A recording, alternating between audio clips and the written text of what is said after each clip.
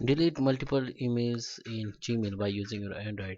In this video tutorial, we are going to learn how you can select all mails by using your Android and how you can select all mails and delete it. So I will show you in this video. So let's start with the video. Before we start, I request you, if you like this video, hit the like button, subscribe my channel, and don't forget comments below. So guys, let's start with the video. So guys, here you can see I am on my Android phone. So let me open my Gmail application.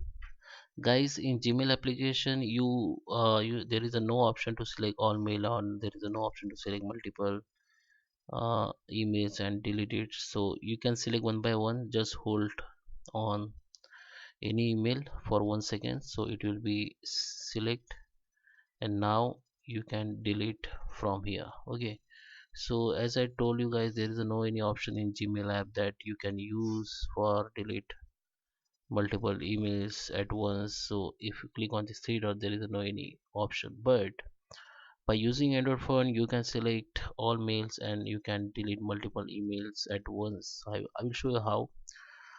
First you have to go on to your Chrome browser or any other browser which you have used, and click on Google. Click on Google and open it. Okay, after open your Google, you have to log in with email ID which you want to use to delete all mails. So I just already logged in. I just logged in. Now after login, you have to click on this three dot option and go to the desktop site. Then your site will be you like this. Now just zoom in and click on Gmail. So Gmail will be open. It's like window view, like desktop view.